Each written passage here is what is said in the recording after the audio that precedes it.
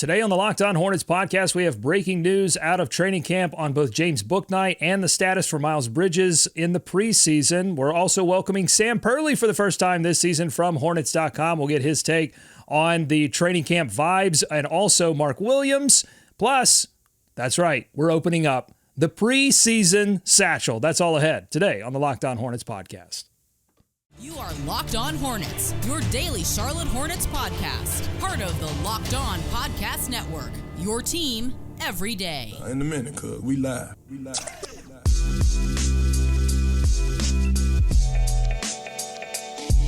It's Locked On Hornets, part of the Locked On Podcast Network. It's your team every day. Thanks for making us your first listen. We're free and available anywhere you get your podcast. And that includes YouTube. We appreciate Game Time as well for sponsoring this episode. Download the Game Time app, create an account, and use code LOCKEDONNBA for $20 off of your first purchase. That's Doug Branson. You can see him on YouTube, as you usually do, everyhornetsboxscore.com. Go check out his Substack, and you can listen to me on WFNZ every weekday from 12 to 3 p.m. We actually have some news to get to here, Doug, with preseason, as you mentioned. I just want to know, is the preseason sicko satchel the sickest of the sicko satchel questions? Or is draft sicko questions maybe the sickest of questions? There's a lot of subcategories.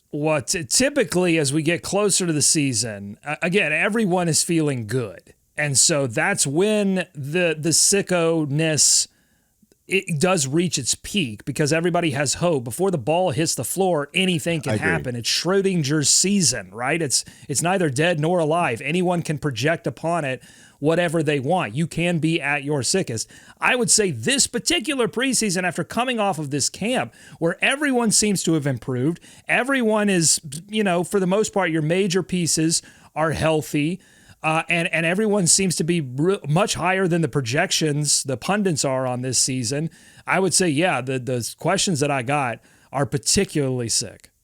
Yeah, I like that. What is it, Schrodinger satchel? Maybe we could roll with at some point. It's tough to say. I know your voice is still on the mend. I would not try to throw any of those acrobatics in while you're recovering. Oh, that's true. Well, everything is tough for me to say right now. I am muting my button constantly, coughing while I in the breaks that I don't talk. So, Doug, if you don't mind, why don't you give us some of the news updates going on with Miles Bridges, his status for the preseason, and James Bouknight while I mute my mic once again. Okay, so Miles Bridges, we thought maybe could be eligible to play in the preseason, and then he would be out for the first 10 regular season games. And the first time we would see him play in the regular season would be November 17th against the Milwaukee Bucks. That was floated out there by some reputable sources, but that seems to be now not the case. Miles Bridges, as reported recently by Rod Boone, is ineligible for the Hornets' 4 preseason games. And we also got news on James Bouknight, who sprained a left knee. No timetable for the return there. So James Bouknight out for the foreseeable future. Miles Bridges out for the 4 preseason games. Up to you, Walker, where you want to start here.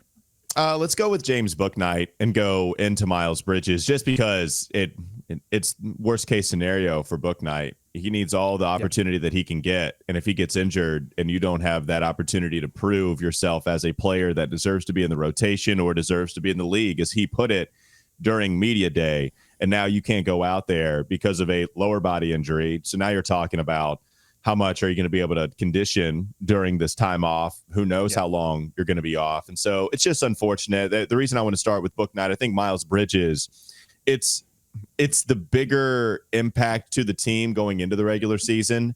But with Bouknight, I think it's certainly a bigger impact to their career on what, these things that they're experiencing. So it's unfortunate for Bouknight from that sense. Of course, we're talking about him having plenty of opportunities before, but this one, it seems to be taken away from him because of an injury, and that's unfortunate. It feels like the end of his story in a Charlotte Hornets uniform. I just can't see a future where he is back on the court with this squad. Now, maybe he's able to recover this season and rejoin in Greensboro, but the Hornets are not exactly flush with roster spots, and they have brought in a lot of guards in free agency and the draft that they want to take a look at, that they want to make sure has opportunities if those opportunities pop up. And so Bouknight was facing steep competition already because he did get his chance last offseason and last beginning of the regular season, and he didn't really take advantage of that opportunity and eventually made his way back to Greensboro. So I don't know. I don't see this ending with him putting on like an actual Hornets uniform again. And I think there's a possibility that he could even be released prior to rejoining Greensboro. Yeah, last thing on Bouknight, you mentioned the roster spots. It's specifically combo guard because they don't have great point guards outside of LaMelo. But Terry Rozier, he considers himself a combo guard. Again, called himself that at Media Day. Nick Smith Jr., combo guard. Amari Bailey, combo guard, maybe a little more focused on defense, probably what is going to be his role in the NBA as sooner than later because he's going to try to figure out a way to get out there on the court. But lots of combo guards, and even Teo, who could be that. I view him more as a point guard for LaMelo. So this is it. What's funny is it's such a niche position, right? But we have a lot of them. We have a lot of the combo guards, and that's why it's going to be tough for Bouknight. Yeah, and it's such a tough story because he did have so much success in college and then came into the NBA and was frustrated by not getting that immediate opportunity to succeed in the NBA. And that almost sort of snowballed, had an effect on him that would prevent him from really breaking into Borrego's rotation. And I don't know, he never was able to sort of get out of that snowball, get out of that. And it really goes to show you, like, for young players coming to the NBA, you don't know how many opportunities you're going to get. So when you do get an opportunity to shine, you have to make it count. Otherwise, you could find yourself, in the G League or maybe even out of the NBA before you know it. All right, let's move on to Miles Bridges, who we got some interesting news about his eligibility or lack thereof in the preseason. Doug, why don't you share that update with everyone? Yeah, so he's out the first 4 preseason games. So we thought maybe he was going to play, but he's not going to play. So Walker, I mean, how does that affect how they prepare for this upcoming season? How does it affect Miles Bridges' ability to reclaim his status as a starter, which he was the last time he played for the Charlotte Hornets? Well, Steve Clifford, when we talked about the things that we learned, I learned that Clifford was being transparent, very real with us on how hard it is going to try to figure out the rotation while Miles is out for the first 10 games. Clearly a top, 2 player on the squad, at least 3, whatever, right? That's a debate for a different day. But Miles Bridges is one of the most talented players on this roster, no doubt about it. And he's suspended the first 10 games. He also now is only getting chemistry work, rotation work in 5-on-5 drills outside of what is true organized basketball. So does it look different going out there in preseason? Are they playing well without Miles? Then you start to get to the regular season.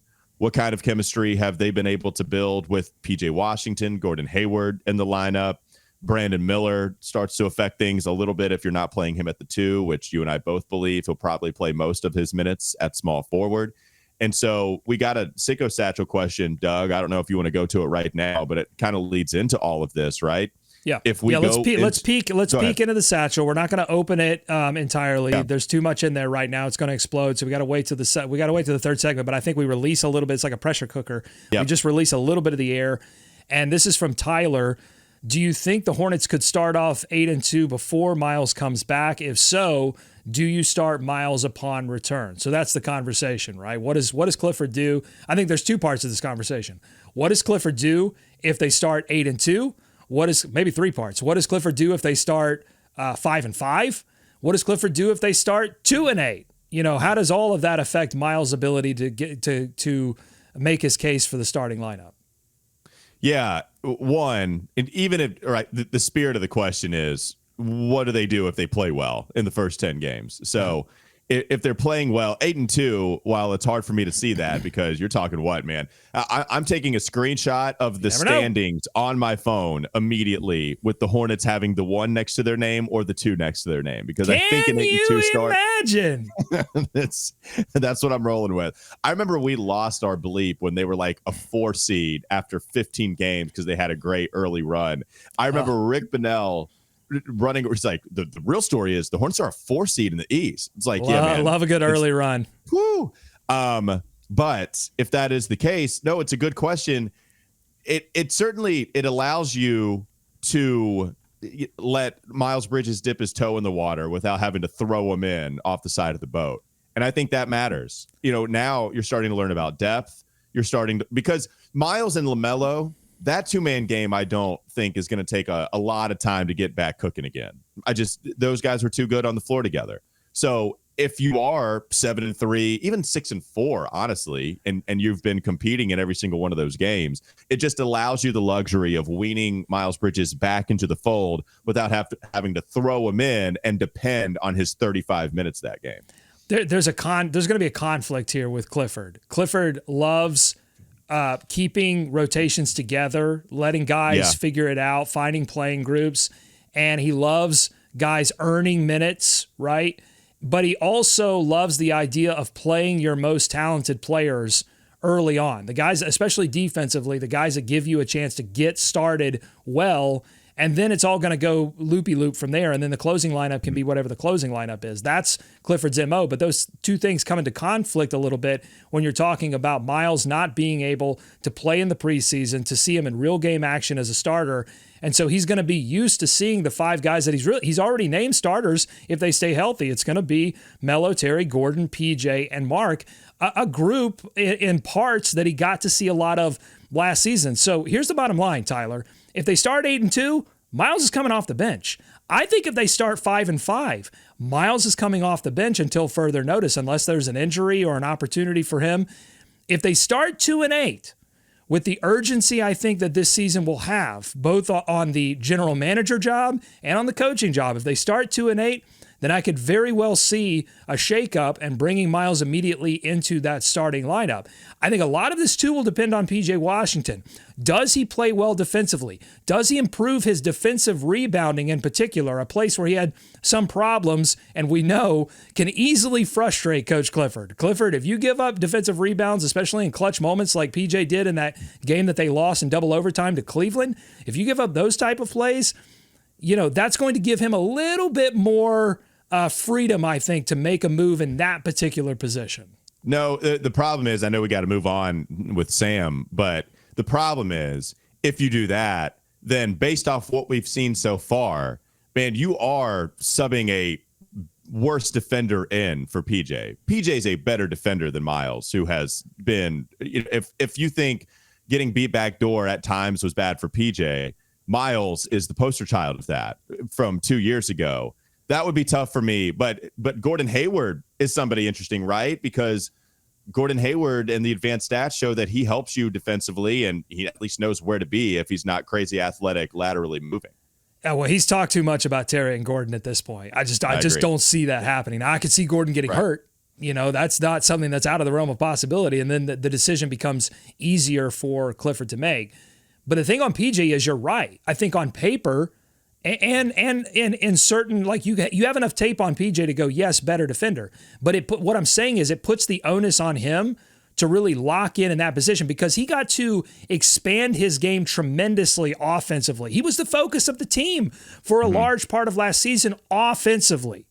And so if he focuses exclusively on that coming out of the gate, I think that could be a problem for PJ remaining starter. If he does lock in on defense and rebounding, then I think PJ will have a stronghold, especially if they're even a little bit below 5. I'll go to 4 and 6. I'll say it 4 and 6. Okay. Clifford's not touching.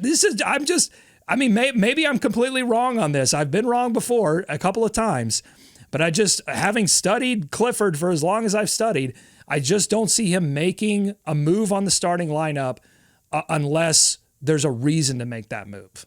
No, I hear you. Clifford does like to allow these guys to, it's the exact opposite of Borrego, man. It is the polar opposite of Borrego. He wants his guys to get a rhythm together, and Borrego was mad scientist. We'll pull Vernon Carey out now after starting him for a minute and 30 seconds. All right, let's go to the next segment. Coming up next on the Locked On Hornets podcast. Tell him, Doug, what we got. Don't go to sleep on the Hornets just yet. He's back, lead writer for Hornets.com. We love having him on the show. Sam Perley is going to take us behind the scenes of training camp as the Hornets get ready for the preseason, but not before we tell you about our good friends at Game Time. Game Time is the only ticketing app that gives you complete peace of mind with your purchase. You can see the view from your seat before you buy. Make sure there's not a giant concrete beam in front of you blocking your view. Nobody wants that. So you can see your view. You know what to expect when you arrive. All-in prices show your total up front, so you know you're getting a great deal without any of those hidden fees. Buy tickets in seconds with 2 taps. Game Time is obsessed. They're obsessed with finding ways to help you save money on tickets. Game Time has deals on tickets right up to the start of the event or even an hour after it starts. For example, if you're like a Miami Heat fan and you just want to come to the game an hour after it starts, if that's your deal, you can still get a deal with Game Time. Find exclusive flash deals and sponsored deals on tickets for football, basketball, baseball, concerts, comedy, theater, and more. Take the guesswork out of buying tickets with Game Time. Download the Game Time app, create an account, and use code LOCKEDONNBA for $20 off your first purchase. Terms apply. Again, create an account and redeem code LOCKEDONNBA, LOCKEDONNBA for $20 off. Download Game Time today. Last minute tickets, lowest price, guaranteed. More Locked On Hornets ahead. As promised, it's been a while, but we welcome him to the first show of this upcoming season, Mr. Sam Perley, the lead writer for Hornets.com. We love Sam hopping on the show. It's been way too long. The offseason, it's coming to an end. October 25th is the official tip of the regular season. Sam, are you ready for it? I'm ready. Yes, it has been a little while. I think the last time I was on was probably draft-ish summer league time. So it's been a nice couple of months of, getting some catching up and some R&R. But yeah, I'm ready to go. And preseason nice. You kind of ease into it. I look good. It looks like you look good. You look refreshed. You look recharged. I care about you as a person, as you know. I mean, Walker wants to jump right into the basketball. I want to make sure you're good. You look good. I'm glad you feel good. Yes, I feel great. I'm ready to go. All right, enough about your feelings. Let's jump into basketball just real quickly. I wanted to talk about the vibes, though, man.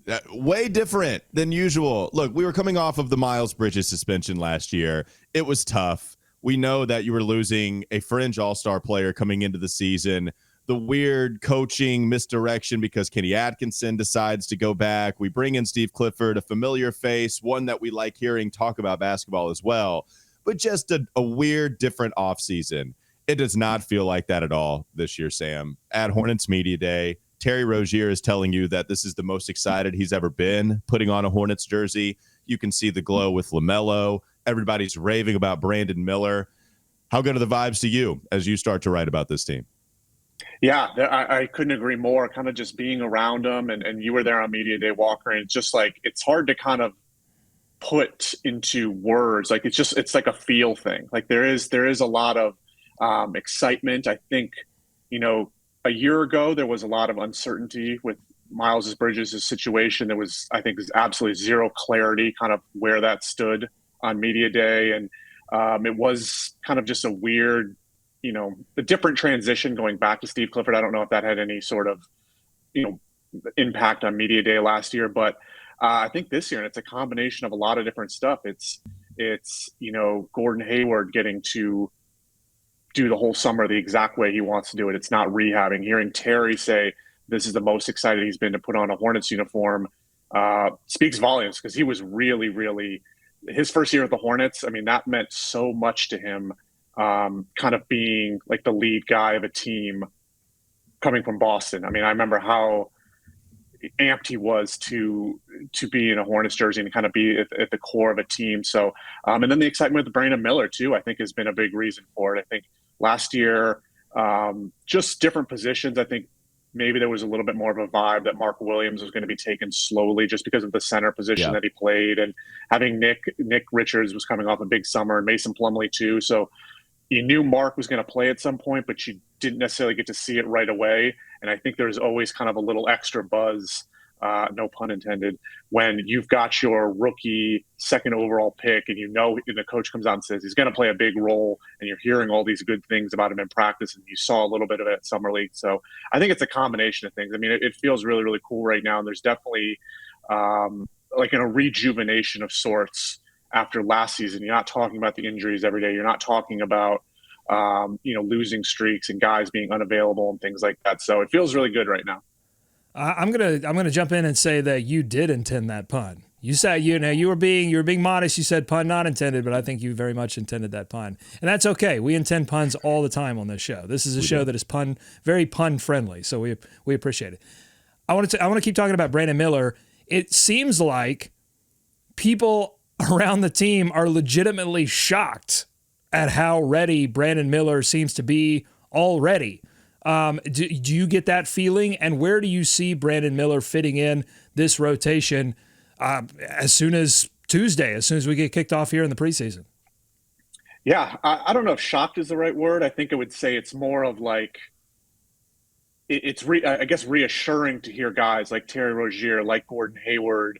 They all spoke very glowingly about him. And you saw a little bit of it Summer League. I know the Vegas setting out there can be a little bit of a hodgepodge of what's going on. And, when he's getting double teams and triple teams thrown at him in the first game, it's a little bit of can get a little chaotic. But you saw the versatility out in Summer League. I mean, he had an 11 rebound game out there and a 7 assist game. I think he had either his second to last game or second game or last game. He had it was 25, 26 points against Portland. So, I mean, there's a reason the guy was the second overall pick. I mean, he's immensely talented. He's a 6'9". We've talked a lot about the length. His weight has gotten up. He's now at 210. I mean, this is the kind of player NBA teams are trying to find right now. It's these 6'9" wings that can play at both ends and do everything. So the Hornets have one of those guys. And so I think that sort of the way he's rubbing off on his teammates, it seems like the thing that's really standing out right now, at least from, you knew he was talented. That's why he was the second overall pick. He's talented, but it's the decision-making stuff. It's the awareness. It's how smart he is. Coach Clifford has talked a lot about his dad was a football player at Alabama too. So he's come up in an athletic household. I want to say his siblings have also played collegiate sports. I'm not entirely sure on that, but I think I remember reading that. But he's come up. He knows how to train. He knows how to practice. He knows how to take care of himself. And there doesn't seem to be a huge sort of like assimilation to a professional environment in the sense of like how to prepare himself, the decision making, and kind of acting like he belongs. He's really hit the ground running, and that's a big part of it. There's an adjustment for rookies coming into the league, more so off the court than there is even on the court. How do you take care of yourself professionally? How do you, eat the right things and do this and that? And I remember him walking into media day. Walker, you might have been there for this, but we had the Mr. Feastables candy bar sitting on the podium, and hey, you going to take one? No. It's like, oh, okay. Oh no, he didn't. I was like, my body is a temple. Do the Hornets, do they want you to go? Like, I know it's chocolate. I know, Brandon, but they might want you to take a bite of it. That's probably not. I didn't know what to do. I love the idea of Brandon being conflicted. Like, no, do they want me not to eat the it's like a social science experiment. Yeah. Do they not want me to eat it because I'm trying to take care of my body, or do they want me because it's the brand? Yeah, it's a good rookie test. Yeah, that's exactly what it was. But I don't know how, it seems like he's really following kind of a strict regimen with the diet and the weightlifting and getting his weight to where it needs to be. And it sounds like 210 is, I don't know what he played at Alabama necessarily, but seems like a good weight for now. And I don't know if the chocolate was there as like a test, but I know a lot of other guys tried it. But yeah, he's been, it's been all good stuff right now. I'm really excited to kind of see how he looks surrounded by NBA rotational players in the first preseason game on Tuesday. A couple more questions before you. Have a sicko satchel question. Lucky for you, Sam, we got one for you talking about the backcourt. The other guy, so Brandon Miller is the number one story because of how everybody's feeling. I wanted to ask you about Mark Williams. I feel like the trajectory is pointing sky high for him. As far as what people are most excited about, one, you're excited about LaMelo being healthy, but we know he already has an all-star under his belt. We know what he can do. With Mark, it seems like people are really excited because of the way that he ended last year. Seems a lot more confident this season, at least to me. I don't know if you get that same feel as well. What do you expect from Mark Williams, and what have been your takeaways here in the early going of his second campaign? I was really impressed with his rookie season. Like I kind of mentioned in the first point, I know there's this expectation when you take a guy in the whatever it was, late lottery or 15th overall, and you want to kind of see him come in and play right away. But I don't think Mark Williams plays as well after the All-Star break last year if he doesn't go through Greensboro and kind of sit a little bit and learn the position and get those reps in and kind of ease into it. I mean, playing center, as you guys know, it's different than kind of coming in and being a point guard or a wing in the NBA. The physicality is so much more intense. The defensive stuff is different. The spacing is so much different in college. I mean, I think it takes a little longer for the center and the big guys to kind of find their footing a little bit in the NBA, just because it's so much different and you're asked to do so much more than you were in college. But to see the way he took those steps and the way he played after the All-Star break and averaged whatever it was, like 9 and 7, had a block a game, 10 double doubles or so. I mean, some really, outstanding plays you can remember at the end of the season. I go back to the play. I think his best play of the season that made me really go like, okay, they've got something here, was when he switched out to, I think it was Trae Young. Yeah, it was Trae. I want to say in the Hawks game right before the All-Star break, it was like a 141-138 game. He switched out to Trae Young, blocked it, and then took it coast to coast. And that stuff just you don't see very often with a rookie center.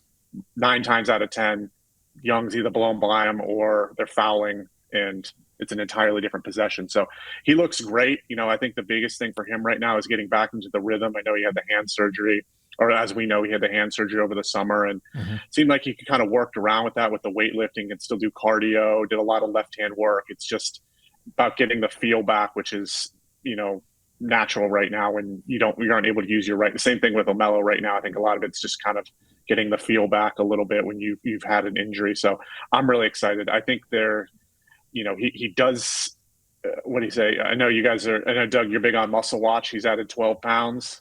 Is what he said. He added 12 pounds. So it looks different, but not than straight that, muscle, but it was only 12 pounds of regular muscle. JT Thor had 8 pounds of straight muscle, which I contend you have to double that to 16 pounds of regular muscle. No, yeah, very exciting. Mark Williams, I think he's going to be doing a lot more switching. So that, play that you talked about there is very interesting and could be, a forebearer of things to come. Final question, really quick, before we get you out of here. I want to peek into the satchel. We're going to go all the way into the satchel in the next segment, but preseason is prediction season, and we've got a prediction question from Matthew. Which Hornets young guard has the best chance to become an impact player? Nick Smith Jr., Bryce McGowens, James Bouknight, Amari Bailey, or Teo Maladone? What say you, Sam Perley? Well, I think they're all capable of making an impact in some capacity. As you know, it's just rotational stuff it's tough because you're only going to play 9 or 10 guys. So a lot of it is opportunity. A lot of it is skill set. I really like the versatility that Bryce McGowens brings. I think you saw it last year. He got a great opportunity.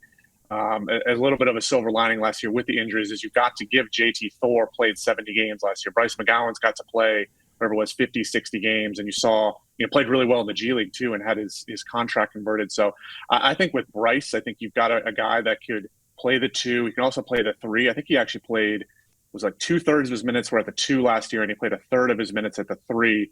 But I think he can go back and forth between each one. So I really like what Bryce brings. It's just something about him. He seems to recognize as, you go back to his college days at Nebraska, he was probably the guy, highest usage rate, getting all the shots, kind of the main guy getting double teamed. I think when you're in a situation like that and you come to the NBA and you're not getting 20, 25 shots a game, but you're finding ways to impact the game and recognizing that, hey, I can still be out on the floor. The team plays well and on the floor, even if I'm not shooting or I don't have the ball a whole lot. He seems to get that. And I don't think that's easy for rookies that maybe come from programs that are maybe Nebraska's not a mid-major, but not a perennial basketball powerhouse where he's surrounded by tons of NBA talent. So I really like Bryce McGowens, but I think all those guys, I think Nick Smith's going to be an exciting guy to watch. I'm excited to see what he does. When he's not having to kind of work through the injury like he did at Arkansas. But all these guys, they come from great programs and they all have great skill sets. So all of them will get an opportunity, but Bryce McGowan's is the one that just sticks out for the most, just because of his versatility, his size, his length, and we've seen it already too. So there's the key. I was going to point that out. I think short term, you're right. I think it's Bryce McGowan's because he's already proven something to Clifford. Like, I think Clifford understands that he can be an impact player if he continues to improve. I think long term, though, I like Nick Smith Jr. as the impact player. Just the tape from the high school days. I know that 1 year in college didn't go the way he wanted it to, but man, long term, I just love the idea of Nick Smith Jr. as an impact player. Definitely agree. Yeah. I was going to say Summer League was pretty fun to see him come in and just, really light it up for sure. So I think Sam did the same thing. Came in here, really lit it up. Nick Smith Jr. Summer League style. And you look good. You look good. I need your skincare routine. When I go to the airport, I got to check these bags under my eyes. So I need your skincare routine because you look great. Because I'm not as close to the camera right now. If you see him up, if you have me back in January, you'll see a little bit more weary face. I got a good night's sleep. I knew I was coming on the show, so I got to be rested. Didn't shave, but I feel this is good for looking, I guess, in mid-October. This is the best. I was going to say, this is the best you're going to look all year because you're going to get to the NBA Cup, and it's just going to be the grind is going to hit all of us. So we're looking forward to it. It'll be like when we do Muscle Watch, like the before and after. You should have the October locked on appearance versus the March. Okay, I'm making a note. We're going to do this, Sam. We have you back on, and we're going to each month. We're going to have you on once a month, and we're just going to track the slow decline of Sam Perley into the NBA regular season. We're going to have to figure out the conversion rate of wrinkles to straight wrinkles that Sam gains as the season goes on. The JT Thor, what's the difference here? We will do a check with Sam Perley as the season goes on. You can do it as well. Check in on his work on his Twitter profile at Sam_Perley. Sam, we appreciate the time as always, man. Thanks again. Absolutely. And thank you, as always, for caring about me as a person and not just You're not a calculator. You're not a calculator. You're a human being. Stats guy, human being. The human being, the calculator. It's all the same to me. I care about both. So, all right. Appreciate it, Sam. Absolutely, guys. Thank you. Anytime. Don't go to sleep on the Hornets just yet. Big thanks again to Sam Perley from Hornets.com. Make sure to go over there and check out his articles throughout the season. We've got a lot more coming up on the Locked On Hornets podcast. It's a lightning round of the preseason Sicko Satchel. Your questions disgust me. I'm a sicko, and they disgust me. I cannot wait to answer them, but not before we tell you about Jace Medical. With storms, shortages, pandemics, reliance on China, supply chain issues. Here's the deal. We need to be prepared now more than ever. And with Jace Medical, you can be. It's simple. You go online, you fill out a form, and then you get a prescription, life-saving medications delivered right to your door. The Jace case gives you peace of mind so that you're not just hoping that you have access to the medication that you need in an emergency. Jace Medical makes sure you have that medication in hand. Here's a review from Frank. Frank says, quote, easy as 1, 2, 3, and just in time. I received our package the same day. I got a sinus infection. Oh boy, do I know about those. And my doctor was out of town. No appointments for days. Thank goodness it arrived. Get $20 off on these life-saving antibiotics today from Jace Medical by using our code LOCKEDON, all one word, LOCKEDON at checkout on jacemedical.com. That's JASE medical.com. More Locked On Hornets, Sicko Satchel ahead. Doug, you warned me. You talked about how sick they were. I asked you if these were the sickest of Sicko Satchel questions. What is it? We have preseason basketball tomorrow. It's crazy. It's nuts. It's here.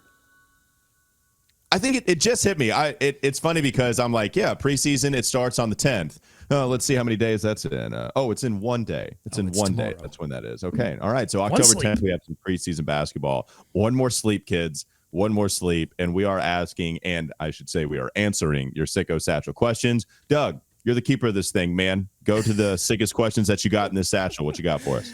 The keeper of the satchel. That makes me sound like some kind of bridge troll. Like I've just got hair growing out of all kinds of places. None shall pass. I've got these questions 3. All right. The first one comes from Turtle Master 4, who asks. Okay, now we're leaning straight into the theme here. Yes, they have to pass the Hornets troll in order to get across the bridge, Turtle Master does. Yeah, now we are fully into a different universe. Oh, and I didn't hit the music. Here we go. Sicko Satchel. Come on, you shameful little sickos. Turtle Master 4 wants to know, what are our chances in the in-season tournament, and how do they compare to the chances of an actual playoff run?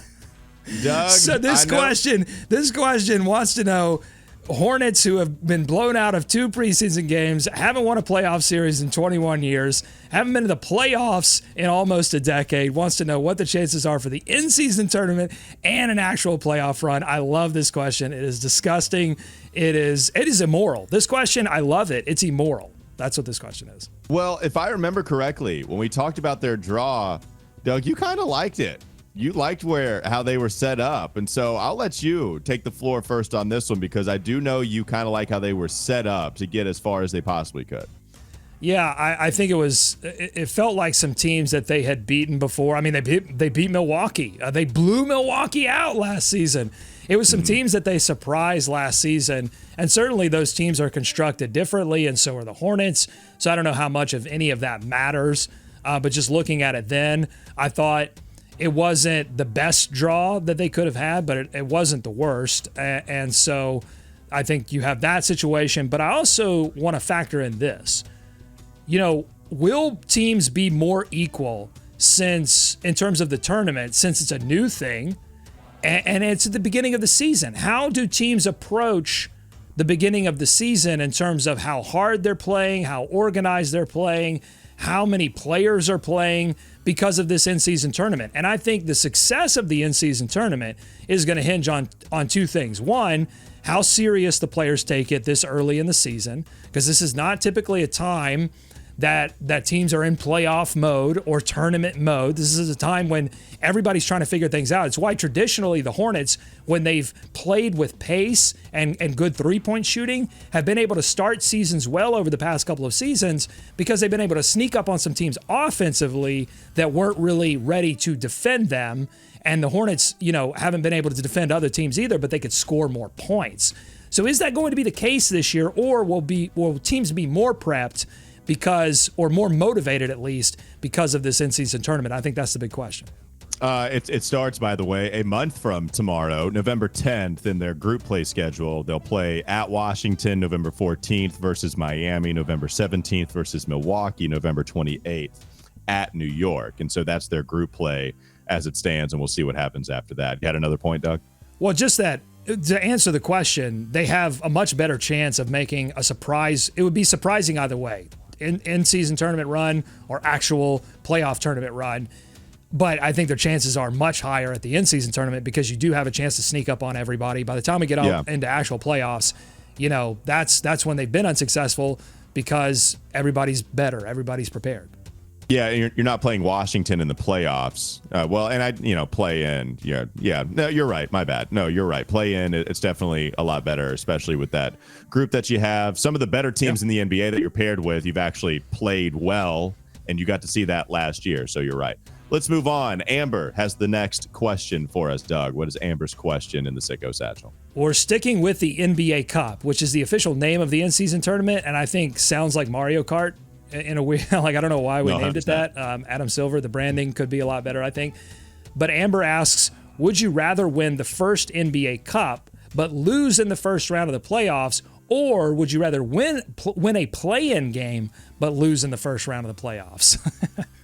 So this is a great sick question in that it comes with the hope of winning something, but also with the realization. It is both halves of the sickness. You hope for the best, but you realize where this typically ends, which is a loss somewhere along the way, either in the play-in or the first round. Mm-hmm. I don't know, Doug. I'm kind of enticed about being the first team to ever win the NBA Cup. Your history. If you lose in, she said, the first round of the playoffs. Yeah. So if she means for sure win NBA Cup and lose in the first round of the playoffs, I think I'm going with the NBA Cup. There's different in the spirit of the question, right? If they lose a first round of the other scenario, in this scenario, that means they avoided the play-in altogether, right? Yeah. Which is great. So But in the spirit of the question, I'm even still going with the NBA Cup. I want history, Doug. That'd be cool. I'll sign up for that.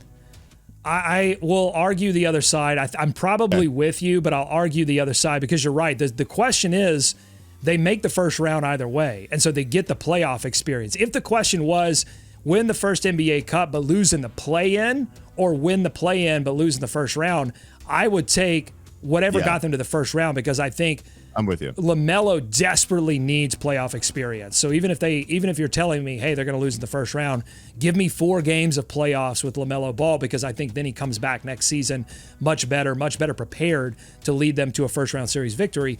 But this question, the history is there for the NBA Cup, but I think ultimately it won't, it doesn't really matter. It's not a thing that matters yet. It might matter someday, but it doesn't matter yet. Winning a play-in game could matter for the Hornets because it means you have now shed that demon play-in game. Those 2 play-in losses, people will finally shut up about getting blown out of those play-in games because you finally got there and you were able to overcome it. We'd be the answer to a great trivia question, though. That's what I want. That's what I want for us badly. Let's move on to the next we're the one. answer of the worst trivia questions right now. I know. That one's pretty good. Who was Kobe Bryant drafted by, right? I mean, that's the kind of trivia questions that the Hornets, all about Hornets pain. Yeah, what only team in the NBA to not reach a conference finals. Yeah, we have a bunch of bad trivia questions right now. Let's get a good one. Let's win the NBA Cup. What's the next Sicko Satchel question? C. Rocker wants to know, is there any chance that Mark Williams and Nick Richards get on the floor at the same time? The defensive rating would go crazy. Walker, how sick is this question? I think C. Rocker is off his rocker with this question. I think having both of those guys out there. He's sick, baby. Yes. He's sick. Because here's why he's sick. Here's why he's sick, Walker. Because the Hornets have gone so long in the Sahara Desert of center rotation, right? We haven't even had one center that was worthy of being excited about. Now, all of a sudden, the team has 2 centers that can guard switches, can stay up top, can do the drop coverage, can block shots, and then both of them can play competently on the offensive end. Like when they get the ball in their hands, you're not super scared about what they're going to do. And so C. Rocker says, play them both. I'm so excited. I'm so sick, baby. Give me both. So who would be the 4? I thought it would be easily Nick. Who cares? Because I'm trying to think if Nick Richards has this secret ability to shoot threes, he does. But also Mark is going to shoot threes, then maybe you do have a 4. Are we just?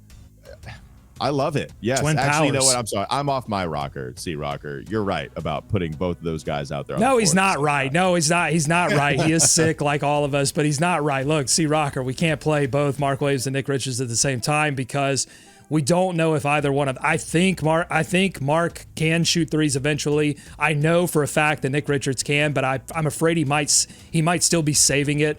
For when they actually make the playoffs. It may be the Hornets it might be the Death Star. It might be the super secret weapon of the Charlotte Hornets that they're only going to unleash when they make the postseason. So you can't play those 2 guys together because defensively it might be good unless the other team counters and goes small and tries to spread everybody out. But offensively, it would be an absolute disaster. What I can't wait for is when James Najee comes back next year and C. Rocker asks us, what are the chances of all 3 of those guys seeing the floor at the same time?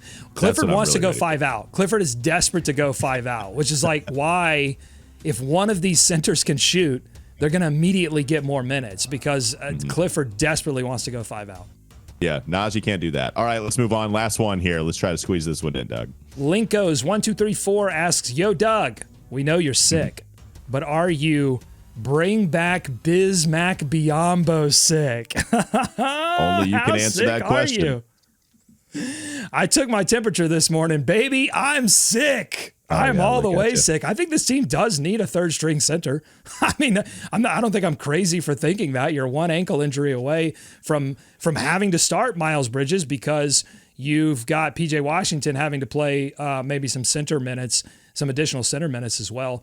So bring back the Biz? You know what I am? I want to see the Euro step one more time. Let's bring back Biz. Third time's a charm, baby. Let's go.